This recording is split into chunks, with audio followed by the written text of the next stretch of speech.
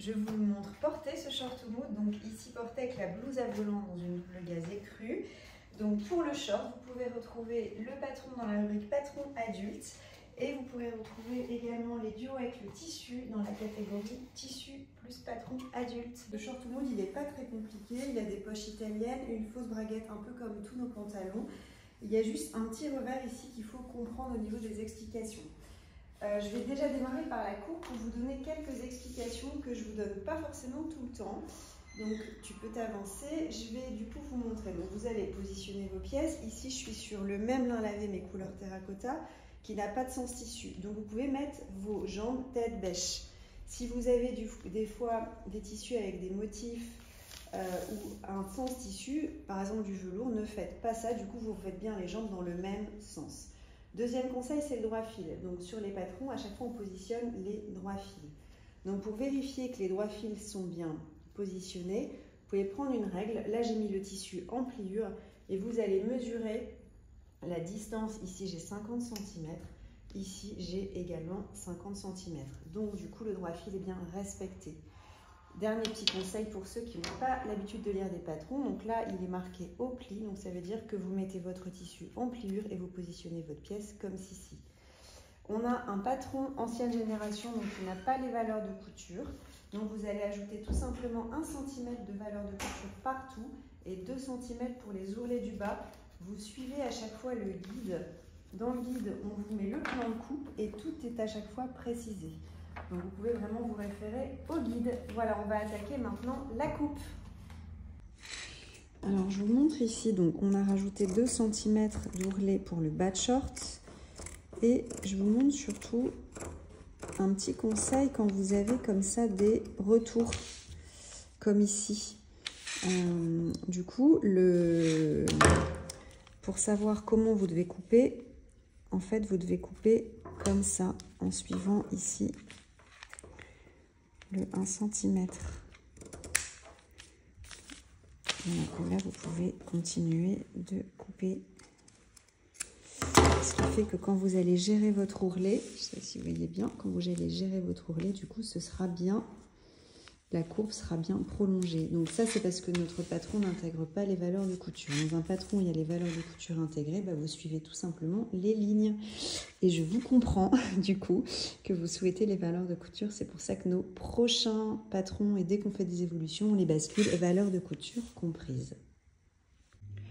Voilà, donc toutes nos pièces sont coupées. Donc nous avons coupé 2 fois le devant, nous avons coupé 2 fois le dos, nous avons coupé le fond de poche, le sac de poche, la ceinture en pliure, les poches.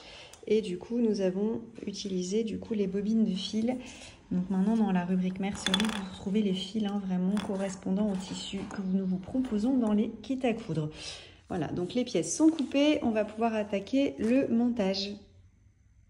Première étape, nous allons donc faire l'ourlet des entrées de poche et préparer les poches plaquées dans le dos. Donc normalement, on fait un ourlet, un repli sur 1, puis un repli sur 2 et on pique un 1 mm. Je me suis un petit peu trompée, mais c'est bien de vous dire la vérité. J'ai rajouté que 2 cm de valeur d'ourlet. Donc du coup, j'ai fait un repli de 1, j'ai refait un repli de 1, donc j'ai fait un ourlet de 2 cm. Et donc vous piquez ensuite à 1 mm du bord. Une fois que vous avez fait donc l'ourlet de l'entrée de poche, vous allez faire un repli de 1 cm sur les autres côtés, fixé au fer, et vous allez positionner du coup la poche plaquée sur le dos. Donc la poche plaquée, vous avez le positionnement de la poche sur le dos. Donc pour savoir et vous faciliter la vie, moi ce que je fais, avec une petite règle, je vais replier ici la position dos. Toc. Je vais continuer les prolongements ici et je vais mettre une petite épingle ici. Et je vais faire la même chose ici. Toc, vous pouvez même éventuellement tracer entre les 2 épingles. Comme ça, une fois que vous avez enlevé votre patron, vous savez que votre poche se positionne. Donc, l'ourlet de l'entrée de poche est ici. Vous allez donc positionner votre poche comme ceci et vous allez piquer tout simplement à 1 mm du bord. Une fois du coup vos poches piquées, vous pouvez faire un petit triangle ici sur les entrées de poche pour que votre poche soit plus résistante et solide dans le temps. Donc, une fois que les dos sont faits avec les poches plaquées, on va passer aux poches italiennes. Donc là, je suis sur le devant. Je vais positionner du coup le sac de poche comme ceci. Tac. Et je vais piquer à 1 cm du bord. Une fois cette piqûre réalisée, on va mettre 2-3 épingles pour vous montrer. Hop. Donc, vous piquez à 1 cm. Vous allez ouvrir vos coutures, repasser et vous allez réaliser une piqûre nervure à 1 mm côté rentrée de couture. Donc, on l'a fait ici. Donc, sur l'autre jambe, on a donc piqué comme ceci à 1 cm. On a couché notre poche et nous avons réalisé une piqûre nervure à 1 mm du bord. Une fois votre couture nervure réalisée, donc vous avez, je vous montre devant, l'entrée de poche en fait de la poche italienne de réaliser. Donc vous allez remettre votre short sur l'envers et vous allez superposer l'autre poche comme ceci. Voilà. Vous allez fixer avec une épingle et vous pourrez coudre avec une petite couture à 2 mm provisoirement. Vous allez surtout ici fermer la poche comme ceci.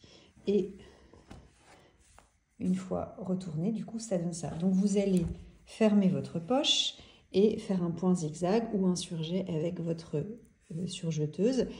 Fixez provisoirement votre poche avec une couture à 2 mm et votre poche italienne est déjà réalisée. Donc, maintenant, vous allez positionner donc le devant sur le dos et vous allez piquer à 1 cm du bord, surjeter, coucher vos coutures côté dos.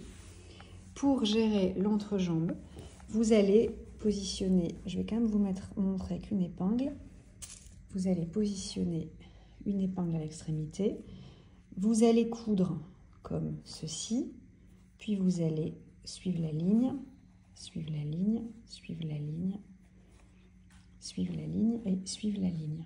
Donc c'est un peu plus compliqué de mettre des épingles, en fait il y a la gestion du revers qu'il faut réaliser, mais ça se gère comme ceci. Donc si vous êtes plus à l'aise avec des épingles, vous pouvez quand même le mettre peut-être à des endroits stratégiques. Au moins le premier virage comme ceci. Toc.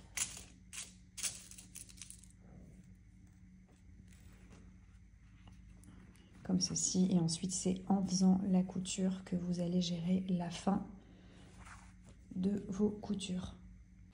Vous allez maintenant coudre les coutures extérieures du short et l'entrejambe du short. Vous allez surjeter vos coutures et coucher vos coutures côté dos.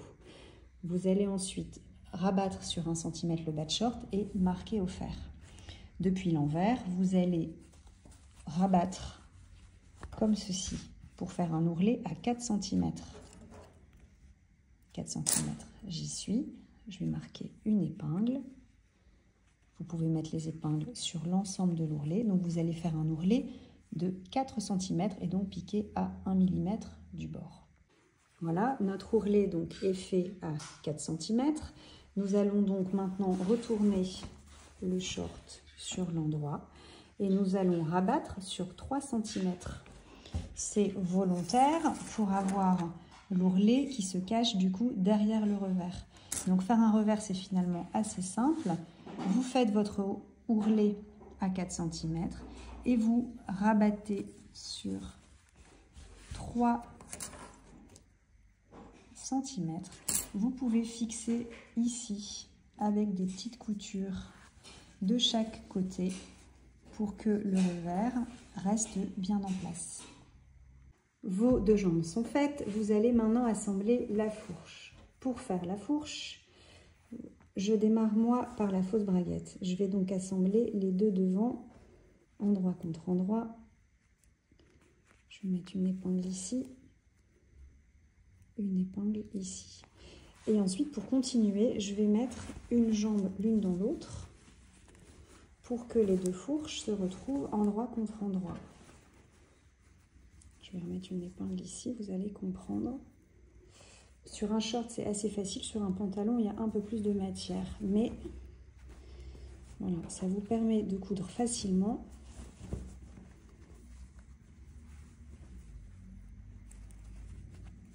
Voilà, donc vous allez coudre à 1 cm la fourche devant avec la fausse braguette, continuer à 1 cm et coudre ensuite la fourche dos. Là, notre piqûre a été réalisée, on a surjeté. On va vous montrer maintenant sur l'endroit ce que donne cet effet fausse braguette. Donc vous voyez, c'est quand même assez simple à faire et tout de suite ça donne un petit détail intéressant sur le devant du short. Voilà, donc remis sur l'endroit.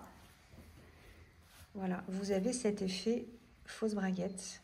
Vous allez du coup ensuite piquer en suivant la ligne de la fausse braguette et en suivant ce trait, et ensuite ça va être aussi pris en sandwich avec la ceinture.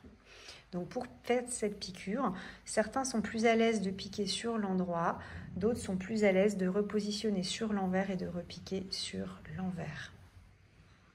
La fausse braguette est piquée, vous allez maintenant attaquer la ceinture. Donc on va tout simplement la refermer endroit contre endroit et la piquer comme ça 1 cm, ouvrir les coutures au fer et vous allez la replier sur elle-même, envers contre envers, pour du coup avoir une ceinture sur l'endroit. Vous allez poser la ceinture comme ceci, donc couture contre le dos du short, mettre une épingle. Donc vous allez mettre une épingle et vous allez faire le tour du cou du short tout simplement. Vous allez au démarrage de la ceinture, vous démarrez par exemple ici, vous finissez ici, vous laissez quelques centimètres pour laisser passer l'élastique. Nous avons piqué l'ensemble de la ceinture, nous avons laissé ici une petite ouverture pour passer l'élastique et nous avons réalisé une surpiqûre ici à 1 cm. Ce qui fait que nous allons maintenant passer l'élastique par ici, fermer l'élastique et mécaniquement, du coup avec l'élastique, ça fera une petite fronce ici au niveau du centimètre restant. Une fois avoir fait le tour, vous allez refermer l'élastique. Donc vous le chevauchez sur lui-même, un sur un, et vous allez piquer tout simplement votre élastique. Aurélie a sorti au short dans le détail, même jusque les ongles. Voilà, donc nous avons enfilé l'élastique, nous allons surpiquer ici le bas de ceinture. Donc vous avez le choix entre juste laisser l'élastique comme ça, donc avec la petite couture 1 cm, ça fait un petit côté froncé, ou vous pouvez surpiquer comme nous l'avons fait ici. Donc pour surpiquer, il vous suffira en fait de retendre, on va vous montrer. Voilà, vous allez retendre et vous allez faire des surpiqûres pour donner un petit côté surpiqué à votre ceinture, comme nous l'avons fait ici sur le lin lavé blanc. Et voilà, le short mood est fini, donc avec la ceinture surpiquée, la fausse braguette, les poches italiennes et le revers. Donc vous voyez, l'ourlet il est juste derrière. Je vous le montre également de dos, donc de dos avec les poches plaquées. Vous pouvez piquer aussi, petite option, si vous avez un tissu plus léger que le nôtre, vous pouvez piquer le revers pour qu'il reste bien en place. Et voilà, le short est terminé.